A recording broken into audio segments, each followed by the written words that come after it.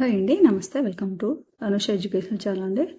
ఇంతవరకు మనం 6th నుంచి 10th క్లాస్ వరకు, అంటే 10th క్లాస్ అంటే 2023 అండి, 24 సంవత్సరానికి సంబంధించిన 10th క్లాస్కి సంబంధించిన మొత్తం కవి పరిచయాలు కానీ మనము గ్రామర్ పార్ట్ కానీ ఆల్రెడీ చేసి మన ఛానల్ అయితే ఉంచామండి. అదేవిధంగా ఛందస్సు గురించి కూడా పూర్తిగా వివరణ అయితే ఇచ్చేసాను. ఇంకొకటి ఏంటంటే, ఏ సబ్జెక్ట్ నుంచి అంటే ఏ టాపిక్, తెలుగులో 30కి 30 సాధించాలి, సెకండ్ లాంగ్వేజ్లో తెలుగు ఉంటుంది కదా, 30కి 30 సాధించాలి అంటే ఏ టాపిక్లో ఎన్ని ప్రశ్నలు అడిగే అవకాశాలు ఉన్నాయి, ఎలా అడుగుతారనేది కూడా నేను ఒక వీడియో చేశానండి. ఎవరైనా ఇంతవరకు చూడకపోతే ఖచ్చితంగా చూడండి. అదేవిధంగా మనకు టెట్లో కనీసం 2 నుంచి 3 మార్కులు వచ్చే టాపిక్ ఏంటంటే మనకు ఛందస్సు అండి. ఛందస్సుకు సంబంధించిన పూర్తి వివరణ ద్వారా 2 వీడియోలు అయితే చేశానండి, అది కూడా చూడగలరు. ఈరోజు ఇంటర్మీడియట్కి సంబంధించిన సిలబస్ కూడా ఆల్రెడీ నేను చేసి పెట్టానండి. ఈరోజు కవి పరిచయాలు అయితే చూద్దాము. సో చాలామంది కవి పరిచయాలు కూడా ఇంటర్కి చేయండి, గ్రామర్ పార్ట్ చేయండి అని అడిగారు కదా. సో లెంత్ వీడియో కాకూడదంటే ఒకసారి ఇంటర్ ఫస్ట్ ఇయర్కి సంబంధించిన కవి పరిచయాలన్నీ వివరిస్తానండి. తర్వాత సెకండ్ ఇయర్కి సంబంధించిన కవి పరిచయాలు అయితే వివరిస్తాను. వీడియో చూసే వాళ్ళు ప్రతి ఒక్కరు ఒకసారి లైక్ చేసి, షేర్ చేసి, సబ్స్క్రైబ్ చేయండి. మనకు ఇంటర్మీడియట్ ఫస్ట్ ఇయర్లో ఫస్ట్ పద్య భాగంలో ఫస్ట్ ధర్మ పరీక్ష అండి, పాఠం పేరు. ప్రక్రియ వచ్చేసి ఇతిహాసము అంటే ప్రాచీన పద్యం. ఇతివృత్తం వచ్చేసి ధర్మరాజు ధర్మ పరీక్ష. ఇతివృత్తం మనకు చెప్పానండి, ఆల్రెడీ వీడియో చేసిన ప్రతిసారి కూడా చెప్తూ ఉంటాను లెసన్స్ గురించి వివరించేటప్పుడు. మనకు ప్రక్రియ, ఇతివృత్తాలు అనేటివి చాలా చాలా ఇంపార్టెంట్. ఖచ్చితంగా మనకు ప్రక్రియ గురించి, ఇతివృత్తం గురించి మనల్ని అడగడం జరుగుతుంది. ఇక్కడ మూలం వచ్చేసి ఆంధ్ర మహాభారతం మహాప్రస్థానిక పర్వం, ఏకాశ్వాసము. ఈ మహాప్రస్థానిక అనే పర్వము ఏక ఆశ్వాసం అంటే అంటే ఒక ఆశ్వాసమే ఉంది. మనకు ఇంకొకటి కూడా అండి, ఆంధ్ర మహాభారతంలో ఏకాశ్వాసాలు. ఇక్కడ ఇది మహాప్రస్థానిక అనేది ఏకాశ్వాసిక కదా, అంటే ఒక ఆశ్వాసిక కదా. అలాగా మొత్తం ఎన్ని ఏక ఆశ్వాసాలు ఉన్నాయని ప్రశ్న డిఎస్సీలో అయితే ప్రశ్న అడిగారు. ఎన్ని అంటే మొత్తము 3. ఆంధ్ర మహాభారతంలో ఎన్ని ఏకాశ్వాస పర్వాలు ఉన్నాయని ప్రశ్న అయితే అడగడం. ఎన్ని ఉన్నాయంటే 3 ఏకాశ్వాసాల పర్వాలు అయితే ఉన్నాయండి. ఇప్పుడు ఇక్కడ కవి పరిచయం చూద్దాం. ఫస్ట్ పాఠమైన ధర్మ పరీక్ష. కవి గారు వచ్చేసి మనకు తిక్కన, ఇంటి పేరు కొట్టరువు, కాలం 13వ శతాబ్దం అండి. ఆస్థానం వచ్చేసి మనమసిద్ధి ఆస్థానంలో ఈయన కవిగా పనిచేశారు. మనమసిద్ధి అనే రాజు దగ్గర ఆస్థాన కవిగా పనిచేసింది ఎవరు అంటే తిక్కన. అదేవిధంగా కవి బ్రహ్మ, ఉభయ కవిమిత్రుడు ఎవరికి బిరుదులు అని కూడా మనం ప్రశ్న అడగవచ్చు. కవి బ్రహ్మ, ఉభయ కవిమిత్రుడు అని ఎవరిని అంటారంటే మనకు తిక్కన గారిని అంటారు. తర్వాత ఆయన యొక్క రచనలు చూద్దామండి. నిర్వచనోత్తర రామాయణం, అదేవిధంగా మహాభారతము. నిర్వచనాల ద్వారా ఉండే ఉత్తర రామాయణం మరియు మహాభారతం. తర్వాత వచ్చేసి అలభ్య రచనలు, అంటే ఈయన రచనలు రచించారని వేరే వాళ్ళు చెప్పారు, కానీ ఆ రచనలు మనకు దొరకలేదన్నమాట. అలాంటి వాటిని మనము అలభ్య రచనలు అంటారు. ఒకటి విజయసేనము అనేది ప్రబంధం అండి. ప్రబంధము అంటే 18 వర్ణనలు ఉంటే దాన్ని ప్రబంధము అంటారు. 18 అంటే 18 వర్ణనలు. అంటే సూర్యోదయం గురించి వర్ణన, చంద్రోదయం గురించి, అదేవిధంగా సముద్రము, ఇంకా అడవులు, ఇలా స్త్రీ గురించి, ఇలా 18 వర్ణనలు ఉంటాయండి. ఆ వర్ణనల గురించి వివరిస్తే దాన్ని ఏమని అంటారంటే ప్రబంధం అని అంటారు. కాబట్టి ఇలా కూడా అడిగే అవకాశాలు ఉన్నాయి. ప్రబంధంలో మొత్తం ఎన్ని వర్ణనలు ఉంటాయి అని కూడా మనలో ప్రశ్నలు అడిగే అవకాశాలు ఉన్నాయి. కాబట్టి ఇవి కూడా ఒకసారి తెలుసుకుందాం. ప్రబంధంలో మొత్తం 18 వర్ణనలు ఉన్నాయి. అదేవిధంగా ప్రబంధ యుగం అని ఏ కాలాన్ని అంటారంటే శ్రీకృష్ణదేవరాయలు ఉన్నాడు కదా మనకు, 16వ శతాబ్దానికి చెందిన శ్రీకృష్ణ దేవరాయల కాలాన్ని ఏమని పిలుస్తారంటే ప్రబంధ యుగము అంటారు. అదేవిధంగా స్వర్ణ యుగము అని కూడా అంటారండి. శ్రీకృష్ణదేవరాయల కాలాన్ని స్వర్ణయుగము అంటారు, ప్రబంధ యుగము అని కూడా అంటారు. తర్వాత చూద్దాం. అలభ్య రచనలో విజయసేనము చెప్పాం కదా. అదేవిధంగా కవి వాగ్బంధము అది చందో గ్రంథం. తర్వాత కృష్ణ శతకము. ఈ మూడు కూడా మనకు తిక్కన గారి రచనలో అలభ్య రచనలు అనమాట. తర్వాత ఇతర విశేషాంశాలు చూద్దాం. సో ఇలా ఇతర విశేషాంశాలు కొంచెం వివరణిస్తే వీడియో అయితే లెంత్ అవుతుందండి. ఖచ్చితంగా మనకి ఇవన్నీ అవసరం కాబట్టి చేస్తున్నాను. మనకు ఖచ్చితంగా ఇంటర్మీడియట్ నుంచి 2 నుంచి 4 మార్కులకు టెట్లో వస్తాయి. అదేవిధంగా డిఎస్సిలో కూడా మనకు వస్తాయి. అందుకోసం తిక్కన తొలి రచన వచ్చేసి నిర్వచనోత్తర రామాయణం అండి. తిక్కన నిర్వచనోత్తర రామాయణి మనమసిద్ధికి ఎవరికి అంకితం ఇచ్చాడంటే మనమసిద్ధికి అంకితం ఇచ్చారు. భారతాన్ని ఆంధ్రావళి మోదాన్ని పొందేటట్లు రచించిన హరిహరనాథునికి అంకితం ఇచ్చారు. అంటే మనకు మహాభారతాన్ని ఎవరికి అంకితం ఇచ్చాడు తిక్కన అంటే హరిహర నాథునికి. ఇది కూడా గుర్తుపెట్టుకోవాలండి, అంకితాలు ఖచ్చితంగా అడుగుతారు. తిక్కన మహాభారతాన్ని ఎవరికి అంకితం అంటే ఆయన రచించిన పర్వాలు ఎవరికి అంకితం ఇచ్చాడంటే హరిహర నాథునికి. తిక్కన మొత్తం మనకు ఎన్ని పర్వాలు రచించాడంటే మొత్తం 13 పర్వాలండి. నన్నయ్య వచ్చేసి 1.5. తిక్కన వచ్చేసి మనకు మొత్తము చూడండి, నన్నయ్య వచ్చేసి మనకు 2.5 పర్వం రాయడం జరిగింది. అదేవిధంగా తిక్కన వచ్చేసి 15 పర్వాలు. అరపర్వం వచ్చేసి అంటే అరణ్య పర్వశేషాన్ని వచ్చేసి మనకి ఎవరు రచించారంటే ఎర్రన గారు. నన్నయ్య, తిక్కన, ఎర్రన మనకి మొత్తం 18 పర్వాలు రచించారు. ఎవరికి అంకితం ఇచ్చేది కూడా మనల్ని అడుగుతుంటారు. తర్వాత కవిత్రయంలో తిక్కన సోమయాజకుడు. దశకుమార చరిత్ర కావ్యకర్త ఎవరంటే కేతన. దశకుమార చరిత్ర, ఈ దశకుమార చరిత్రను సంస్కృతంలో దండి రచిస్తే దానిని తెలుగులోకి కేతన దశకుమార చరిత్ర పేరుతో ఈయన కూడా రాశాడనమాట. ఈ కేతన తన దశకుమార చరిత్రను తిక్కనకు అంకితమిస్తూ తిక్కన వంశ వివరాలు, కవిత్వ విశేషాలను, వ్యక్తిత్వ గుణాలను కొన్నింటిని తెలిపాడు. కాబట్టి తిక్కన కవిత్వంలో అల్పాక్షరముల అనల్పార్థ రచన, నాటకీయతలు ప్రాధాన్యం వహిస్తాయి. అంటే అల్పాక్షరాలు అంటే చిన్న అక్షరాలకే ఎక్కువ అర్థం ఇచ్చే విధంగా, అంటే చిన్న పదమైన దానికి ఎక్కువ అర్థం వచ్చే విధంగా ఈయన రచిస్తాడనమాట. అదేవిధంగా నాటకీయత ఈయన యొక్క ప్రధాన లక్ష్యం. కాబట్టి ఇవన్నీ కొంచెం లెంత్ అయినా చూడండి, ఖచ్చితంగా మనల్ని అడిగే ప్రశ్నలండి. తర్వాత నెక్స్ట్ పాఠం. తర్వాత 2వ పాఠం వచ్చేసి తిన్నని ముగ్ధభక్తి అండి. ప్రక్రియ ప్రబంధము, ప్రాచీన పద్యం. ఇతివృత్తం వచ్చేసి తిన్నని ముగ్ధ భక్తి. మూలం వచ్చేసి శ్రీకాళహస్తీశ్వర మహత్యం తృతీయాశ్వాసం నుంచి తీసుకోబడింది తిన్నని ముగ్ధ భక్తి అనేది. కవిపరిచయం, కవి పేరు వచ్చేసి దూర్జటి. తల్లిదండ్రులు సింగమ మరియు నారాయణుడు. కాలం 16వ శతాబ్దం. ఆస్థానం శ్రీకృష్ణదేవరాయలు. గురువు మహాదేశికి సార్వభౌముడు. రచనలు వచ్చేసి శ్రీకాళహస్తి మహత్యము, అదేవిధంగా శ్రీకాళహస్తీశ్వర శతకము. సో శ్రీకాళహస్తీశ్వర శతకము ఎవరిదని కూడా మనల్ని అడిగే అవకాశాలు ఉన్నాయి కాబట్టి గమనించగలరు. తర్వాత కవి విశేషాంశాలు వచ్చేసి శ్రీకాళహస్తీశ్వర మహత్యము క్షేత్ర మహత్యాన్ని తెలియజేసే ప్రబంధం. స్తుతమతి అయిన యాంద్రక దూర్జటి పలుకులకే గల్గను ఎతులిత మధురీ మహిమ అనే దూర్జటిని ప్రశంసించిన కవి రాజు ఎవరు అంటే మనకు రాయలు. శ్రీకృష్ణదేవరాయలు పొగిడాడు అనమాట. ఏమని?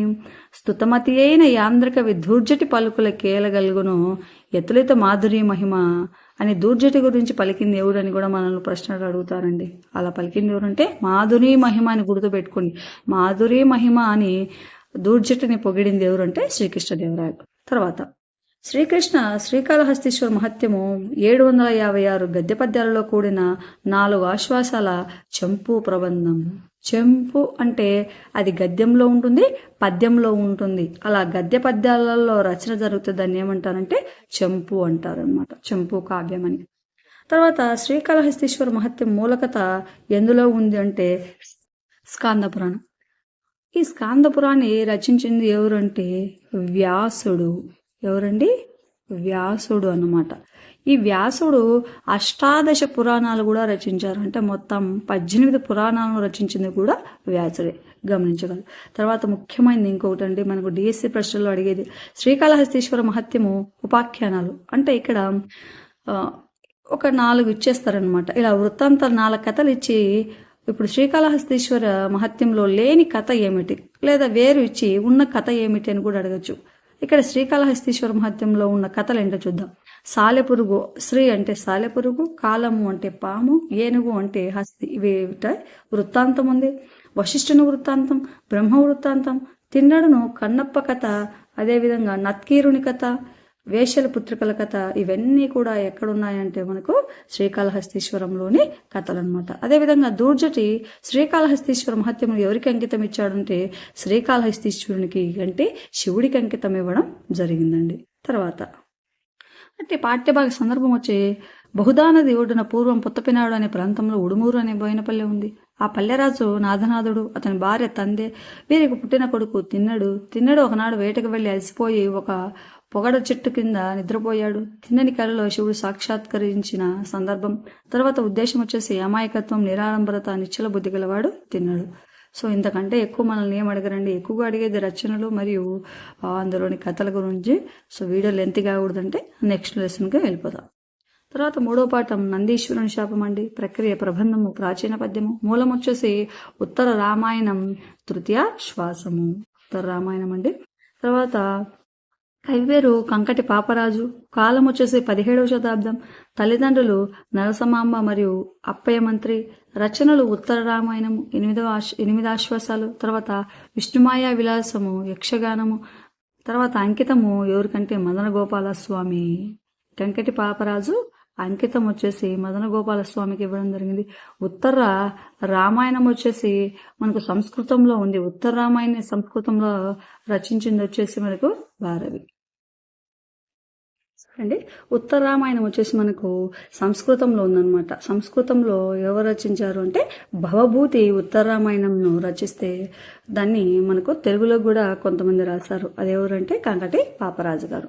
తర్వాత కవి విశిష్టత అంటే చతుర్విధ కవితా నిపుణుడు, తర్వాత యోగ గణిత శాస్త్ర ప్రావీణ్యుడు, అదేవిధంగా సంస్కృతాంధ్ర భాషల్లో పండితుడు. అంటే సంస్కృతం మరియు ఆంధ్ర అంటే తెలుగు భాషల్లో కూడా ఈయన పండితుడు.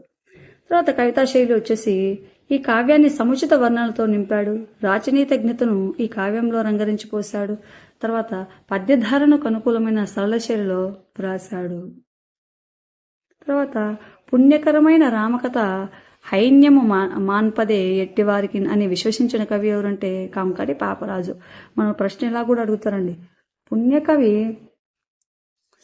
పుణ్యకరమైన రామకథ హైన్యము మాన్పదే ఎట్టివారికి అని విశ్వసించిన కవి ఎవరు అని అడిగే అవకాశాలు ఉన్నాయి. ఎవరు అంటే కంకటి పాపరాజు.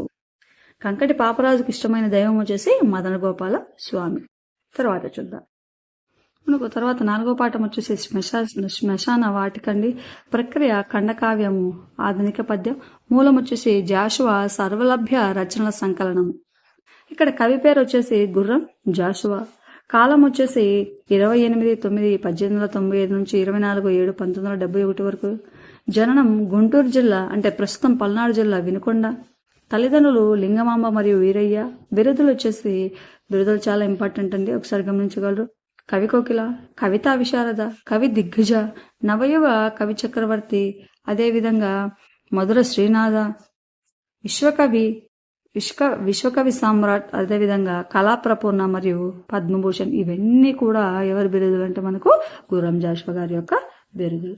తర్వాత విశేష గౌరవాలు వచ్చేసి గండపెండేరాలు, కనకాభిషేకాలు, గజారోహణలు, పల్లకీల్లో ఊరేగింపులు మరియు స్వేచ్ఛా పౌరసత్వం.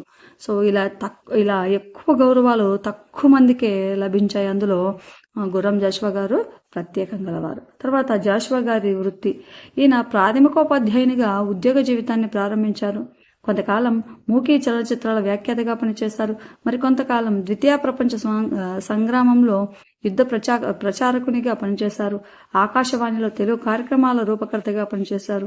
ఈయన యొక్క రచనలు చూడండి, రచనలు కూడా మనకి ఇంపార్టెంట్. గబ్బిలం, ఫిరదౌసి, ముంతాజ్ మహల్, కాందశీకుడు, క్రీస్తు చరిత్ర, ముసాఫర్లు మొదలగునవి. సో లాస్ట్ టెట్లో అడిగిన ప్రశ్న ఏంటంటే ఫిరదౌసి అనే రచన ఈ క్రింది రచయితలలో ఎవరిది అని ప్రశ్న అడిగారు. కాబట్టి మనకు రచనలు అందరికీ తెలియాలండి. గబ్బిలం, ఫిరదౌసి, ముంతాజ్ మహల్, కాందశీకుడు, క్రీస్తు చరిత్ర, ముసాఫర్లు అనేటి గుర్రం జాషువా గారి యొక్క రచనలు. తర్వాత విశేషాంశాలు. సామాజిక సాహిత్య అననుకూల వాతావరణంలో వికసించిన కవి కుసుమం జాషువా. తెలుగు పద్యానికి సుమధుర సౌరభాన్ని అద్దిన కవుల్లో ప్రముఖులు గుర్రం జాషువా. తెలుగులో ఖండకావ్య ప్రక్రియకు అఖండ ఖ్యాతిని సంతరింపచేసిన జాషువా తెలుగు జాతి గుండెల్లో మెండుగా నిండిపోయారు. అదేవిధంగా జాషువా శ్మశానవాటి పద్యాలు సత్యహరిశ్చంద్ర నాటకం ద్వారా బహుళ ప్రచారం పొందాయి. తర్వాత నెక్స్ట్ పాఠం చూద్దామండి. తర్వాత 5వ పాఠం చెయ్యెత్తి జైకుట్టు తెలుగోడ అండి. కవి పేరు వచ్చేసి వేములపల్లి శ్రీకృష్ణ. కాలం 1977 నుంచి 2000. జననం వచ్చేసి గుంటూరు జిల్లా, ప్రస్తుతం బాపట్ల జిల్లా రేపల్లె దగ్గర బేతపూడి గ్రామం. తల్లిదండ్రులు మాణిక్యమ్మ మరియు వెంకట్రామయ్య. అదేవిధంగా కలంపేలు వచ్చేసి గిరీశం సాక్షి అండి. కలంపేలు కూడా మనకు చాలా చాలా ఇంపార్టెంట్ అండి. కలంపేర్లు ఖచ్చితంగా అడుగుతుంటారు. కలంపేర్లు ఇచ్చేసి క్రింది రచయితల్లో ఎవరికి ఈ కలం పేరు కలదు అంటే ఈయన కలం పేరు తెలియజేయండి అని అడుగుతుంటారు. కాబట్టి మనకు వేములపల్లి శ్రీకృష్ణ గారి యొక్క కలం పేర్లు వచ్చేసి గిరీశం మరియు సాక్షి అండి. గేయాలు చూడండి. గేయాలు వచ్చేసి చేయెత్తి జైకొట్టు తెలుగోడ, జాయంగే కయ్యూరు, చెంచుపాట, రెడ్ ఆర్మీ, రండి దేశ సేవకు, అన్నా చెల్లెళ్ళు, రావోయి అనే గీతాలు వచ్చేసి ఈయన యొక్క గేయాలు. ఏమిటంటే వేములపల్లి శ్రీకృష్ణ గారిది. మనకు చెయ్యెత్తి జైకొట్టు తెలుగోడ అనేది అంటే ఈ గేయం ఇచ్చేసి ఇది ఎవరి రచన అని మనం డిఎస్సిలో అడిగారండి. అదేవిధంగా టెట్లో కూడా మనల్ని చెయ్యెత్తి జైకొట్టు తెలుగోడ అనేది ఎవరి గేయం అని కూడా మనల్ని ప్రశ్న అడిగారు. ఒకసారి గమనించగలరు. ఇతర విశేషాంశాలు చూద్దామండి. గిరీశం సాక్షి కలం పేర్లతో కాగడ నగార పత్రికల్లో అనేక వ్యాసాలు రచించారు. శ్రీకృష్ణ గారి గేయాలన్నీ అరుణగీతాలు అనే సంకలనంలో చోటు చేసుకున్నాయి. ఈయన బాపట్లలో 1952, మంగళగిరిలో 1962, 1972 నియోజకవర్గాల నుండి 3 సార్లు శాసనసభ్యులుగా ఎన్నికయ్యారు. అదేవిధంగా విశాలాంధ్ర దినపత్రిక ప్రధాన సంపాదకులుగా కొంతకాలం పనిచేశారు. 3 దశాబ్దాలు రాష్ట్ర స్థాయిలో శాంతి స్నేహం సంఘాల బాధ్యత నిర్వహించారు. శాంతి స్నేహం అనే మాసపత్రిక సంపాదకులుగా పనిచేశారు. తర్వాత పాఠం చూద్దాం. ఇంకొకటి ఈ పాఠం నుంచేనండి. చెయ్యెత్తి జైకొట్టు తెలుగోడ గేయం ఏ చిత్రంలో పాడారు అంటే చెయ్యెత్తి జైకొట్టు తెలుగోడ అని ఏ చిత్రంలో పాడారు అంటే పల్లెటూరు. ఈ పల్లెటూరు అనే ఈ సినిమాలో ఈ చెయ్యెత్తి జైకొట్టు తెలుగోడ అని రామారావు గారు అయితే మనకు పాడడం జరిగింది ఈ పల్లెటూరు అనే పాఠంలో. తర్వాత చేయెత్తి జైకొట్టు తెలుగోడ గేయాన్ని వారి గలంతో ఆబాల గోపాలం అలరించేలా చేసిన ప్రజానాట్య మండలి కళాకారులు ఎవరంటే నాజర్ మరియు బొడ్డు గోపాలం గారు. తర్వాత పాఠం చూద్దాం.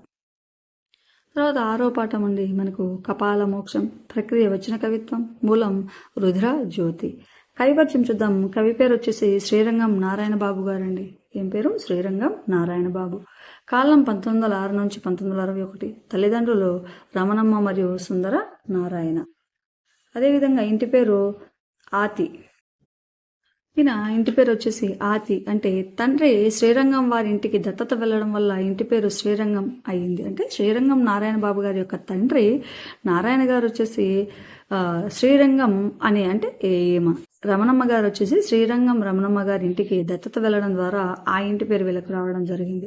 రచనలు జ్వలిత, రుద్రజ్యోతి, మౌనశంఖం, కపాల మోక్షం, గడ్డిపరక అనేది ఖండికలు, ఎర్ర బుస్కోటు, అఖిలాంధ్ర దొంగల మహాసభ కథలు, మల్లమ్మదేవి కూతురు, పాలవాన అనేటి నాటికలు ఇవన్నీ కూడా ఈయన రచనలు అనమాట. ఇతర విశేషాంశాలు చూద్దామండి. మహాకవి శ్రీ నారాయణ బాబుకి తమ్ముని వరుస అనమాట. మహాకవి శ్రీకి నారాయణ బాబు గారు తమ్ముడు వరుస అవుతాడు అనమాట. 1928 నుండి నారాయణ బాబు రచనలు ప్రచురితమయ్యాయి. 1930 దాకా భావకవిత్వ ప్రవాహంలో మునిగిన తరువాత కాలంలో గొప్ప అభ్యుదయ కవిగా స్థిరపడ్డారు. రుద్రజ్యోతి జ్వాలనా లలనా ప్రియుండ విప్లవ ఋషిని విద్రోహ కవిని అని తనను తాను ప్రకటించిన కవి ఎవరు అంటే మనకు నారాయణ బాబు. తర్వాత ఈయన కవితలన్నీ రుద్రజ్యోతి పేరుతో 1972లో ఆరుద్ర గారి నేతృత్వంలో సంకలనం వెలువడ్డాయి. తర్వాత చూద్దాం. తర్వాత మనకు గద్య భాగం అండి. హాస్యము, ప్రక్రియ వచ్చేసి వ్యాసము, ఇతివృత్తం వచ్చేసి అసలైన హాస్యం మరియు అపహాస్యం మధ్య తేడా తెలియజేసేది ఏంటంటే మనకు హాస్యం మరియు హాస్యం అని పాఠం. మూలం వచ్చేసి హాస్య భారతి. కవిపరిచయంలో రచయిత పేరు వచ్చేసి మునిమాణిక్యం నరసింహారావు. మునిమాణిక్యం. హాస్యం వచ్చేసి రచించింది మునిమాణిక్యం నరసింహారావు గారు. జననము 1898 నుంచి 1973 వరకు. జన్మస్థలం అండి గుంటూరు జిల్లా తెనాలి దగ్గరున్న సంగం జాగర్లమూడి. తల్లిదండ్రులు వెంకాయమ్మ మరియు సూర్యనారాయణ. రచనలు కాంతం కథలు, దాంపత్యోపనిత్తు, గృహప్రవేశం, హాస్య కుసుమావళి, తెలుగు హాస్యము, రుక్కు తల్లి, తిరుమాలిగా, దీక్షితులు, కాంతం కైఫియత్తు మొదలగునవి. తర్వాత ఇక్కడ మనకు కాంతం కైఫియత్తు అనే రచన చేసింది ఎవరు అని మనం ప్రీవియస్ స్టెట్లో అయితే అడగడం జరిగింది. ఎవరంటే మునిమాణిక్యం నరసింహారావు. ఈ కాంతం ఎవరంటే ఈ నరసింహారావు గారి యొక్క భార్యను కాంతం అంటారు. అవే ఆయన భార్య పేరు మీద రచించుంటే కాంతం కథలు మరియు కాంతం కైఫియత్తు. తర్వాత గ్రంథం వచ్చేసి టీ కప్పులో తుఫాను వీరి మొదటి నవల మన హాస్యం. తర్వాత వచ్చేసి మన హాస్యం. ఇతర విశేషాంశాలు చూద్దామండి. మునిమాణిక్యం నరసింహారావు గారు దేశభక్త కొండా వెంకటప్పయ్య గారి సహాయంతో డిగ్రీ BA పూర్తి చేశారు. ఆంధ్ర సారస్వత పరిషత్తు పండిత శిక్షణా కళాశాలలో ప్రధానాచార్యుడిగా, ఆకాశవాణిలో ఉద్యోగం చేశారు. హాస్యభారతి అనే గ్రంథం డాక్టర్ వెలగా వెంకటప్పయ్య సంపాదకత్వంలో వెలువడింది. మునిమాణిక్యం రాసిన కాంతం కథలు తెలుగు సాహిత్యంలో ఒక మణిహారము. కాంతం కథలు అనేది తెలుగు సాహిత్యంలో ఒక గొప్ప రచన అండి. కాంతం కథలు రచించింది ఎవరు అంటే మనకు మునిమాణిక్యం నరసింహారావు గారు. తర్వాత మునిమాణిక్యం వారి భార్య కాంతం. ఈయన కాంతం కథలకు వీరి భార్య ప్రేరణ మరియు స్ఫూర్తి. తర్వాత చూద్దాం. అదేవిధంగా కొంచెం ఇంపార్టెంట్ ఇవి కూడా చూద్దామండి. సరస్వతి వీణ పేరు అంటే మనకు సరస్వతి దేవిని కదా, ఆమె యొక్క వీణ పేరు కచ్చపి. ఇవి కూడా మనకు ఇంపార్టెంట్ అండి. సరస్వతి దేవి వీణ పేరు కచ్చపి. నారదుని వీణ పేరు మహతి. తంబురుని వీణ పేరు కళావతి. అంటే తంబురుడు అంటే మీరు చూసే ఉంటారు, మనకు ఒక బాలకృష్ణ సినిమాలో కూడా ఉంటాడు కదా. సో ఆయనను మెప్పించి గంటలు కొట్టించి వాళ్ళ నాన్నకు ఫుడ్ పెడతాడు. సో ఆయన అనమాట తంబురుడు అంటే చూసే ఉంటారు. ఆయన వీణ పేరు వచ్చేసి కళావతి. తర్వాత భద్ర చతుష్టయం ప్రహసనంకర్త వచ్చేసి చిలకమర్తి లక్ష్మీ నరసింహం. తర్వాత పాఠం అప్పుడు పుట్టి ఉంటే ప్రక్రియ వ్యాసం అండి. ఇతివృత్తం రాయలు మనుచరిత్రను అంకితం తీసుకున్న ఉత్సవం. ఇక్కడ మూలం వచ్చేసి కృష్ణశాస్త్రి కృతులు. రచయిత పేరు దేవులపల్లి కృష్ణశాస్త్రి గారు. ఇప్పుడు ప్రశ్న ఇలా అడిగారు, అప్పుడే పుట్టి ఉంటే అనే రచన ఎవడిది అంటే దేవులపల్లి కృష్ణశాస్త్రి గారిది. జన్మస్థలం తూర్పుగోదావరి జిల్లా, ప్రస్తుతం కాకినాడ జిల్లా పిఠాపురం దగ్గర రామచంద్రపాలెం అండి. తల్లిదండ్రులు వచ్చేసి సీతమ్మ, తమ్మన్న శాస్త్రి. ప్రశంస ఆంధ్రాశల్లి అని ఎవరిని పిలుస్తారు అంటే దేవుళ్ళపల్లి కృష్ణశాస్త్రి గారిని అండి. ఇది కూడా మనకు టెట్లో అడిగిన ప్రశ్నేనండి, గమనించగలరు. బిరుదులు కళాప్రపూర్ణ, పద్మభూషణ్.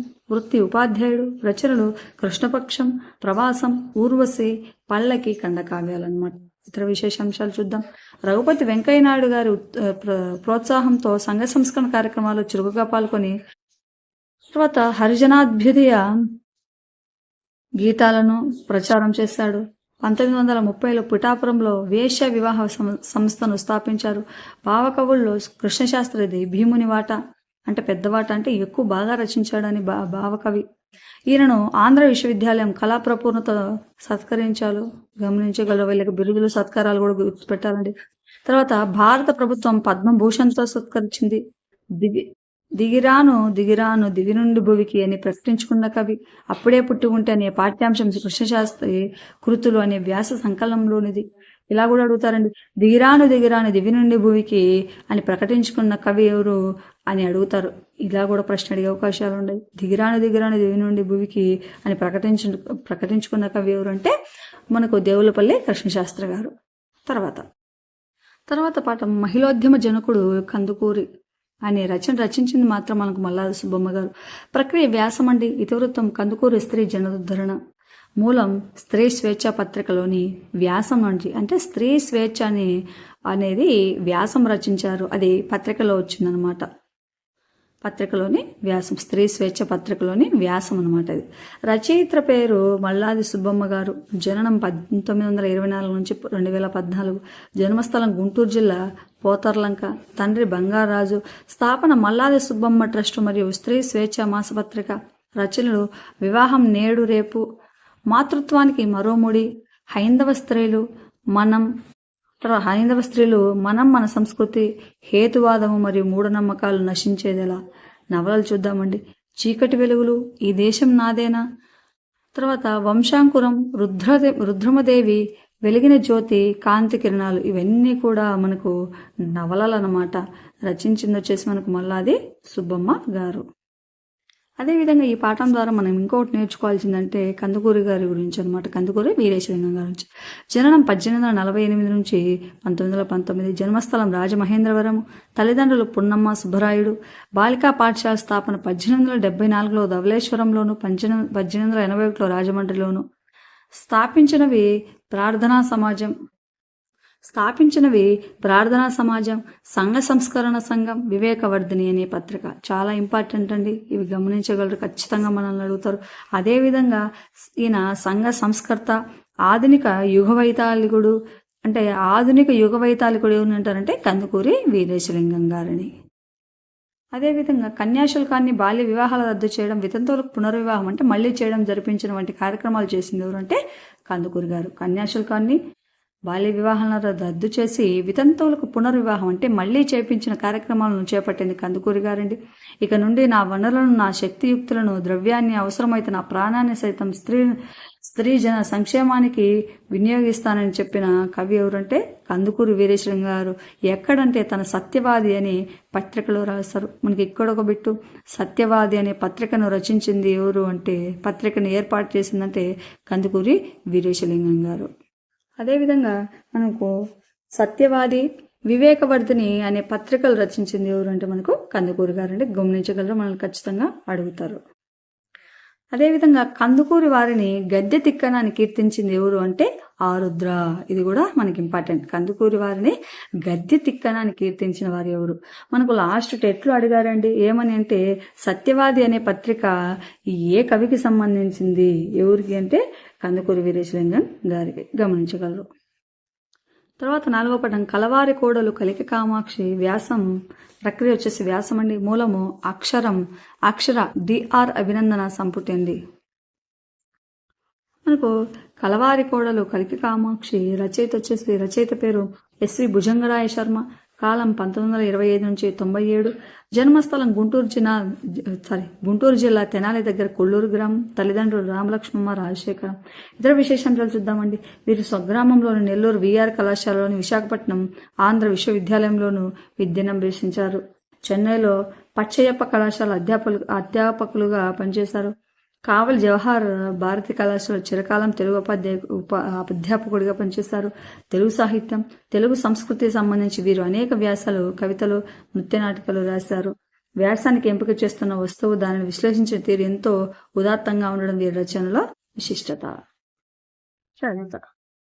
తర్వాత 5వ పాఠం గాన సుధాకరుడు మంగళంపల్లి. ప్రక్రియ వ్యాసం అండి. ఇతివృత్తం మంగళంపల్లి సంగీత కౌశలం. మనకు మూలం వచ్చేసి కోకు అంటే కొడవటి గంటి కుటుంబరావు గారు అండి. ఈయన షార్ట్ కట్ నేమో కోకు అంటే కొడవటి గంటి కుటుంబరావు గారు. కోకు రచనా ప్రపంచం 13 సంస్కృతి వ్యాసాలు. రచయిత పరిచయం వచ్చేసి రచయిత పేరు కొడవటి గంటి కుటుంబరావు. కాలం 1909 నుంచి 1980. జన్మస్థలం వచ్చేసి గుంటూరు జిల్లా తెనాలి. తల్లిదండ్రులు సుందరమ్మ, రామచంద్రయ్య. ఇతర విశేషాంశాలు. ఈయన బాల్యం అంతా పెత్తండ్రి సంరక్షణలో గడిచింది. పెత్తండ్రి అంటే పెద్ద తండ్రిని. స్కూల్ ఫైనల్ వరకు తెనాలిలో, ఇంటరు గుంటూరు ఏసీ కళాశాలలో, BA ఫిజిక్స్ విజయనగరంలో కళాశాలలో చదివారు. 1929లో బెనారస్ హిందూ విశ్వవిద్యాలయంలో MSc చేశారు. చాలా సంవత్సరాలు ఆంధ్ర పత్రికలో పనిచేశారు. 1952 జనవరి నుండి జీవిత పర్యంతం చందమామకు సంపాదకులుగా వ్యవహరించారు. అభ్యుదయ విప్లవ రచయితల సంఘాల సభ్యులుగా ఉన్నారు. ఈయన గొప్ప మార్కిస్టు మరియు మేధావిగా పేరు పొందారు. ఎవరు అంటే కొడవటి గంటి కుటుంబరావు గారు. అదేవిధంగా మనం తెలుసుకోవాల్సింది ఏంటంటే మంగళంపల్లి బాలమురళీకృష్ణ అండి. కాలం 1930 నుంచి 2016. జన్మస్థలం తూర్పుగోదావరి జిల్లా, ప్రస్తుతం BR అంబేద్కర్ కోనసీమ జిల్లా శంకరగుప్తం గ్రామం అండి. తల్లిదండ్రులు సూర్యకాంతమ్మ, పట్టాభిరామయ్య. బిరుదులు అపరత్యాగయ్య, అభినవ అన్నమయ్య. ఇలా కూడా అడగచ్చు. అపరత్యాగయ్య, అభినవ అన్నమయ్య అని ఎవరికి బిరుదులు కలవు అంటే మనకు మంగళంపల్లి బాలమురళీకృష్ణ గారికి. అదేవిధంగా ఈయనను గాన సుధాకరుడు అని కూడా పిలుస్తారు. తర్వాత చూద్దాం. అదేవిధంగా మనకు ఈయన సృష్టించిన రాగాలు అంటే ఈ మంగళంపల్లి గారు సృష్టించిన రాగాలు ఉన్నాయి. సూర్యకాంతి, లవంగి, మోహనాంగి, మహతి, ప్రతిమధ్యమావతి, ప్రతి మధ్యమావతి ఇవి ఈయన సృష్టించిన రాగాలు. ఆస్థాన విద్వాంసులు వచ్చేసి తిరుమల తిరుపతి దేవస్థానము, శృంగేరి పీఠము, ఆంధ్రప్రదేశ్, తమిళనాడు రాష్ట్రాలకు ఈయన ఆస్థాన విద్వాంసులు అనమాట. అవార్డులు చూద్దాం. భారత ప్రభుత్వం నుండి 1971లో పద్మశ్రీ, 1971లో పద్మశ్రీ, 91లో పద్మభూషణ్, పద్మవిభూషణ్. ఫ్రాన్స్ ప్రభుత్వం నుండి షెవాలియర్ అవార్డు, ఐక్యరాజ్య సమితి నుండి UNESCO award, Madras music academy నుండి సంగీత కళానిధి, జాతీయ స్థాయి ఉత్తమ నేపథ్య గాయకుడిగా, ఉత్తమ సంగీత దర్శకుడిగా ఈయన అవార్డులు పొందడం జరిగింది. మనకు ఇంకొకటి ఏంటంటే కర్ణాటక సంగీత త్రిమూర్తులను ఎవరినంటారంటే త్యాగరాజు, ముత్స్వామి దీక్షితులు మరియు శ్యామ శాస్త్రి గమనించగలరు. అదేవిధంగా కర్ణాటక సంగీతానికి మూలస్తంభంగా ఎవరిని పరిగణిస్తారంటే త్యాగరాజు. ఎవరి జన్మదినాన్ని భారతీయ సంగీత దినోత్సవంగా జరుపుకుంటామంటే త్యాగరాజు గారు. త్యాగరాజు సమాధి ఏ నది ఒడ్డున కలదు అంటే కావేరి నది. తర్వాత 6వ పాఠం మాట తీరుండి ప్రక్రియ వ్యాసము. మూలం వచ్చేసి మనకు మాట తీరు అనే గ్రంథం నుంచి. కవి పరిచయం. రచయిత పేరు యార్లగడ్డ బాలగంగాధరరావు. కాలం 1940 నుంచి 2016. జన్మస్థలం కృష్ణా జిల్లా దివిసీమ సమీపంలోని చెల్లపల్లి ఎస్టేట్లోని పెద్దప్రోలు గ్రామము. తల్లిదండ్రులు కృష్ణవేనమ్మ భూషయ్య. రచనలు ఒక ఊరి కథ 1995, మాట మర్మం 2000, ఇంటి పేర్లు, అక్షర యజ్ఞం ఇవన్నీ కూడా ఎవరు రచనలు అంటే యార్లగడ్డ బాలగంగాధరరావు. అనువాద వ్యాఖ్యలు వచ్చేసి క్రీడాభిరామము, పల్నాటి వీరి చరిత్ర, రాధికా సాంత్వనము తర్వాత వంటి కావ్యాలు వచనంలోకి అనువాదం, మహాభారతంకు వ్యాఖ్య కూడా రచించారు. ఎవరు అంటే యార్లగడ్డ బాలగంగాధరరావు. తర్వాత ఉపవాచకం. ఇప్పుడు కుంకుడాకు. ప్రక్రియ కథానిక. మూలం వచ్చేసి చాసో కథలు. రచయిత పేరు చాగంటి సోమయాజులు. చాసో ఎవరిని అని పిలుస్తారంటే చాగంటి సోమయాజులు. అసలు పేరు కానుకలను నరహరిబాబు. కాలం 1915 నుంచి 1994. జన్మస్థలం శ్రీకాకుళము. తల్లిదండ్రులు కానుకలను తులసమ్మ మరియు లక్ష్మీనారాయణ శర్మ. అసలు పేరు కానుకలను నరహరిరావు. ఇలా కూడా అడుగుతారండి, కానుకలు నరహరిరావు అని ఎవరి అసలు పేరు, లేకుంటే చాగంటి సోమయాజులు గారి అసలు పేరు ఏంటి అని కూడా మనం టెట్లో బిట్ అడిగారు కావాలి గమనించగలరు. దత్తత తల్లిదండ్రులు వచ్చేసి చాగంటి తులసమ్మ మరియు బాపిరాజు. రచనలు చిన్నాజీ. వీరి కథల్లో కర్మ సిద్ధాంతం, బొండుమల్లులు, ఎందుకు పారేస్తాను నాన్న, తర్వాత వాయు లీనము. చాసో అసలు పేరు కానుకలను నరహరి రావు. చాసో తొలికథ చిన్నాజీ. తర్వాత రెండవది ఉపవాచకంలో అంపకం. ప్రక్రియ కథానిక. ఇతివృత్తం తండ్రి కూతుళ్ళ అనుబంధం. మూలం అమరావతి కథలండి. రచయిత పేరు సత్యం శంకరం మంచి. కాలం 1937 నుంచి 1987. జన్మస్థలం గుంటూరు జిల్లా, ప్రస్తుతం పల్నాడు జిల్లా, అమరావతి అండి.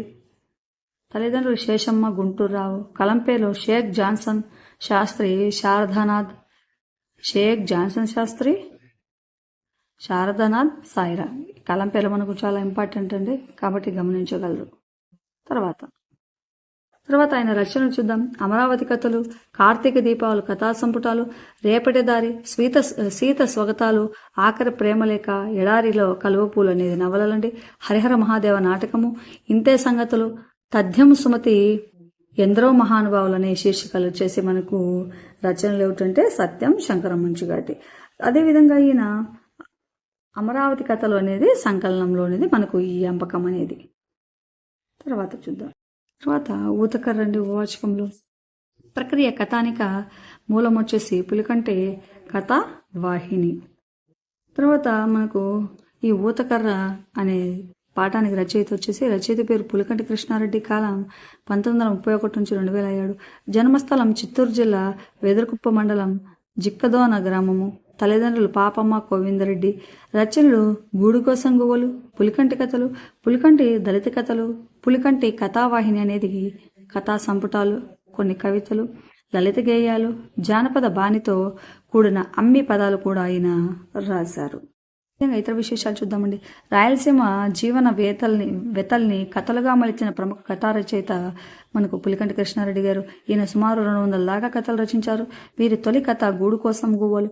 ఊతకర్ర కథ పులికంటి కథావాహినిలో 2003లోని. ఊతకర్ర కథ తొలిసారిగా 23/3/1997 ఈనాడు ఆదివారం దినపత్రికలో ప్రచురితమైంది. ఇలా కూడా అడగచ్చు. ఊతకర్ర కథ తొలిసారిగా ఏ పత్రికలో ప్రచురితమైంది అని అడగచ్చు. ఎక్కడ అంటే మనకు ఈనాడు అనే పత్రికలో. తర్వాత పాఠం చూద్దాం. 4 సౌందర్యం ప్రక్రియ కథానిక మూలం వాసిరెడ్డి సీతాదేవి గారండి. రచయిత్రి పేరు వాసిరెడ్డి సీతాదేవి. కాలం 1933 నుంచి 2007. జన్మస్థలం గుంటూరు జిల్లా చేబ్రోలు. తల్లిదండ్రులు రంగనాయకమ్మ రాఘవయ్య. రచనలు సాంబయ్యపల్లి 1952. జీవితం అంటే 1950లో రచనలు చేశారు. ఇతర విశేషాంశాలు వాసిరెడ్డి సీతాదేవి గారు 100కి పైగా కథలు, సుమారు 40 దాకా నవలలు రచించారు. వీరి తొలి కథ సాంబయ్యపల్లి. వీరి తొలి నవల జీవితం అంటే. ఈమె రచనలన్నీ ప్రధానంగా స్త్రీ జీవితం చుట్టూ తిరుగుతూ ఉంటాయి. తెలుగు విశ్వవిద్యాలయం 1996లో విశిష్ట పురస్కారం ప్రదానం చేసింది ఈమెకు. ఈ విషయాన్ని పొందిన ప్రథమ రచయిత్రిగా సీతాదేవి చరిత్రకెక్కారు. ఈమె ఆంధ్రప్రదేశ్ సాహిత్య అకాడమీ బహుమానం 5 సార్లు తీసుకుంది. ఇలా కూడా అడగచ్చు. వాసిరెడ్డి సీతాదేవి గారు ఆంధ్రప్రదేశ్ సాహిత్య అకాడమీ అవార్డు ఎన్నిసార్లు తీసుకున్నారు బహుమానంగా అంటే 5 సార్లు. సౌందర్యం కథానిక 1979 యువ దీపావళి ప్రత్యేక సంచికలో తొలిసారిగా ప్రచురించబడింది. తర్వాత పాఠం హెచ్చరిక అండి. ప్రక్రియ కథానిక మూలం బోయ జంగయ్య కథలు. మనకు రచయిత పేరు బోయ జంగయ్య. కాలం 1942 నుంచి 2016. జన్మస్థలం నల్గొండ జిల్లా, ప్రస్తుతం యాదాద్రి భువనగిరి జిల్లా, చౌటప్పల్ మండలం, లింగారెడ్డిగూడ. స్వస్థలం యాదాద్రి జిల్లా, పంతంగి. తల్లిదండ్రులు ఐలమ్మ మల్లయ్య. రచనలు కష్టసుఖాలు, దేశం కోసం, కొత్త బాటలు ఆలోచించండి మొదలైన నాటికలు, లోకం, గొర్రెలు, హెచ్చరిక, దున్న, రంగులు, చీమలు, తెలంగాణ వెతలు మొదలగు కథా సంకలనాలు, నడుస్తున్న చరిత్ర, వెలుతురు, భోజ కవితలు, పంచనామ మొదలగు కవితా సంపుటాలు, జాతర, జగడం, పుట్టుమచ్చ మొదలగువన్నీ కూడా ఈయన యొక్క నవలలు. జాతర నవలకు 1989లో ఉత్తమ నవల అవార్డు కూడా వచ్చింది. సో ఇలా కూడా అడగచ్చు. జాతర నవలకు ఉత్తమ అవార్డు పొందింది ఎవరు అని కూడా అడగచ్చు. లేదా 1989లో ఉత్తమ నవల అవార్డు బోయ జంగయ్య గారు ఏ నవలకు తీసుకోవాలన్నారు అంటే 1989లో ఉత్తమ నవల అవార్డు ఏ నవలకు బోయ జంగయ్య గారు పొందారు అంటే మనకు జాతర అనే నవలకు. హెచ్చరిక కథా సంపుటికి శ్రీశ్రీ స్మారక స్వర్ణ పథకం కూడా రావడం జరిగింది. సామాజిక సాహిత్య సేవలకు తెలుగు విశ్వవిద్యాలయం ప్రతిభా పురస్కారము, గౌరవ డాక్టరేట్ను ఇచ్చి గౌరవించింది. బోయ జంగయ్య సాహిత్య ప్రయాణం 1960 దశకంలో మొదలైంది. తర్వాత దహేజ్ ప్రక్రియ కథానిక కథ. ఇతివృత్తం దహేజ్ పేరుతో మగపెళ్లి వారు చేసిన ఆర్థిక దోపిడీ. మూలం రాతిలో తేమ కథా సంపుటి. రచయిత పరిచయం చేసి రచయిత పేరు శశిశ్రీ. అంటే శశిశ్రీ అనేది ఆయన కలం పేరండి. అసలు పేరు మాత్రం షేక్ బెపారి రహమతుల్లా. శశిశ్రీ అనే కలం పేరు గల వ్యక్తి ఎవరు అనే ప్రశ్న కూడా వస్తుందన్నమాట. శశిశ్రీ అనే కలం పేరు గల రచయిత ఎవరు అంటే షేక్ బేపారి రహమతుల్లా. కాలం 1957 నుంచి 2015. జన్మస్థలం కడప జిల్లా, సిద్ధవటం. తల్లిదండ్రులు షేక్ బేపారి సలీమాబి, షేక్ బేపారి రసూల్ సాబ్. రచనలు పల్లవి, శబ్దానికి స్వాగతం, జేబులో సూర్యుడు, కాలాంత వేళ అనేది వచన కావ్యాలు, సీమగీతం పద్యకావ్యం, మనకు తెలియని కడప అనేది చరిత్ర గ్రంథం అండి, చూపు అనేది వ్యాస సంపుటము, దహేజ్ రాతిలో తేమ, ట్యూన్స్ ఆఫ్ లైఫ్ రాతిపూలు కథా సంపుటాలు. కలం పేరు వచ్చేసి శశిశ్రీ. అదేవిధంగా ఈయన పొందిన పురస్కారాలు చూద్దాం. ఆంధ్రప్రదేశ్ ప్రభుత్వం ఉత్తమ ఎలక్ట్రానిక్ మీడియా జర్నలిస్ట్ అవార్డు 2007లో వచ్చింది. ఉగాది విశిష్ట సాహిత్య పురస్కారం 2010. అంతర్జాతీయ సంస్థ అయిన UNICEF award 2010. Pattabhi Ramireddy literary award 2008. Kondepudi Srinivasarao సాహిత్య పురస్కారం 2008. ఉత్తమ సాహిత్య సంపాదకుడు. ప్రస్తుత పాఠ్యభాగం దహేజ్ రాతిలో తేమ అనే కథా సంపుటిలోనిది. ఈ కథానిక తొలిసారి నవ్యవార పత్రిక 2006లో ప్రచురితం అయ్యింది. ఇక్కడతో మనకు ఫస్ట్ ఇయర్ అంటే ఇంటర్ ఫస్ట్ ఇయర్కి సంబంధించిన కవి పరిచయాలు అన్నీ అయిపోయాయండి. అదేవిధంగా నెక్స్ట్ గ్రామర్ పార్ట్ చేస్తా, సెకండ్ ఇయర్కి సంబంధించింది కూడా చేస్తా. వీడియో చూసిన వాళ్ళు ప్రతి ఒక్కరు ఒకసారి ఒక లైక్ అయితే చేసి షేర్ చేసి సబ్స్క్రైబ్ చేయండి. మన ఛానల్లో మరిన్ని వీడియోస్ ఉన్నాయి, అవి కూడా ఒకసారి చూడగలరు. థ్యాంక్ యూ అండి. Thank you for watching videos.